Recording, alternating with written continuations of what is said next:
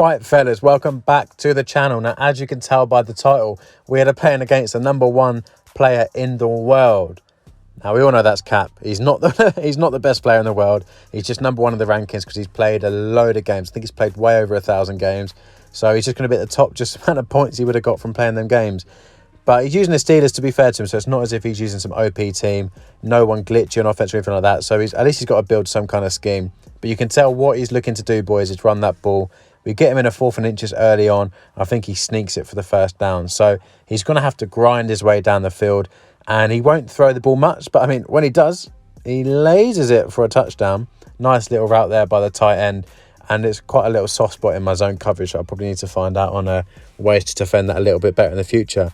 But we're coming out here. Now, this is when delay fades were still actually a thing. So I'm still a little bit salty, boys, and still trying to find my way without having delay fades.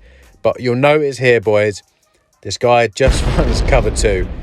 So I'm just going to do a cover 2 beater every time. It's not even a glitch. I'm literally just doing a verticals route, being patient, waiting for him to get open down the left side because he's going to beat a deep half. And it's going to be a touchdown. So we've got Marquise Brown on that route. And he's going to torch his man every time. So he comes out here, 2nd and 8. He's trying to throw this ball a little bit more.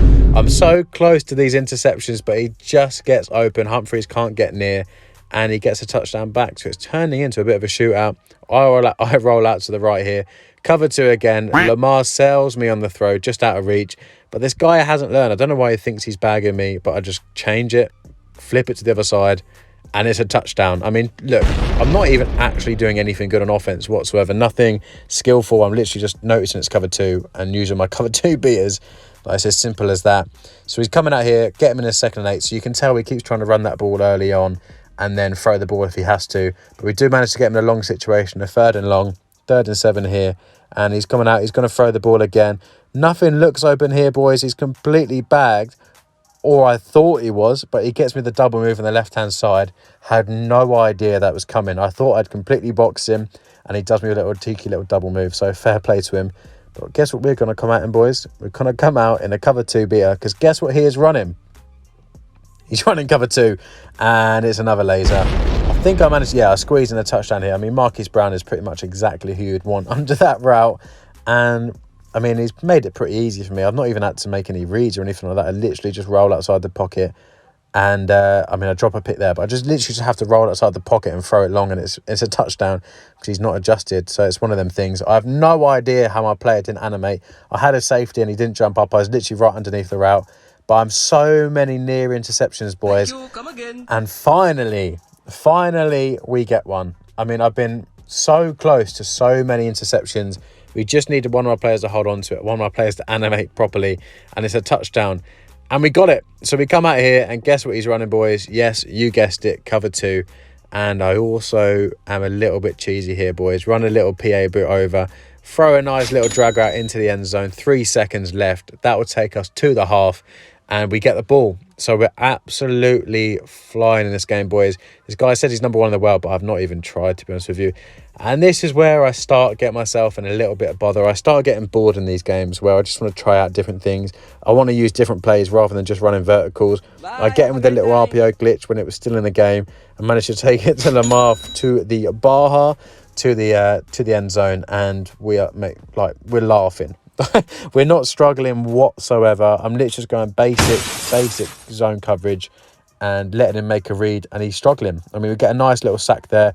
He throws an absolute book.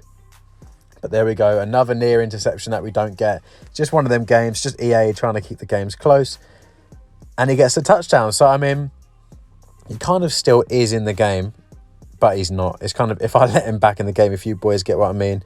But we come out here and I do get a terrible sack. I just take a horrible sack. I put some awful routes on the field, trying to cover 3 beaters, just trying loads of different things, really. And he gets me in a 3rd and 25. I managed to kind of keep it to a 4th and longish, but not too long like it was before. So it's a 4th and 14. I come out and bench pivot, which I haven't ran all game. No idea where I come out and play. And he gets the interception. So I've put myself in a terrible position, boys. Obviously, he's still a touchdown behind, so it's not the end of the world. But, I mean, look at it, boys. I put myself in a bad situation. And if he gets a touchdown quickly and gets a turnover, he's in full control. So I'm literally going max coverage. I want him to take a bit of time to get down there, and hopefully he makes a bad read in the process.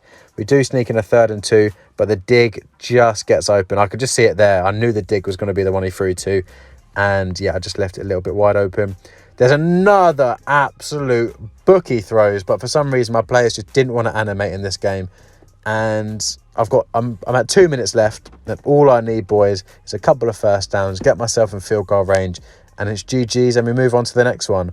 I am a bit annoyed looking back that I've even made it look like a close game. But if you boys watch this here, you can just tell, like, it wasn't even close. It was literally him surviving the whole game, trying to nick a win. But look, we're just absolutely flying. His defense, he hasn't got any answers. Now I'm going back to my normal plays. Getting to a 3rd and 5, and all we need is a first down. I think I sneak in a Lamar glitch, roll outside, take a little hit, but I'm on conservative, so it's okay.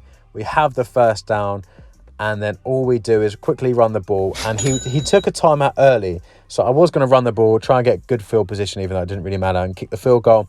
But I thought I'd take the touchdown, blitz him to finish with, try and make the score look a little bit better than it was before. He does just lob it up in the air randomly. We get the pick, and that is GG's. Now, I've officially beaten the new number 1 in the world. It is a little bit annoying when you see all these guys claim they're the best, claim they're the number 1 in the rankings, and you play against them not even realising they're the best or good in the rankings, and you clap them. Like, you'll see some games coming up, boys, and there's no way you'll ever think these guys are ranked in the top 100 in the world.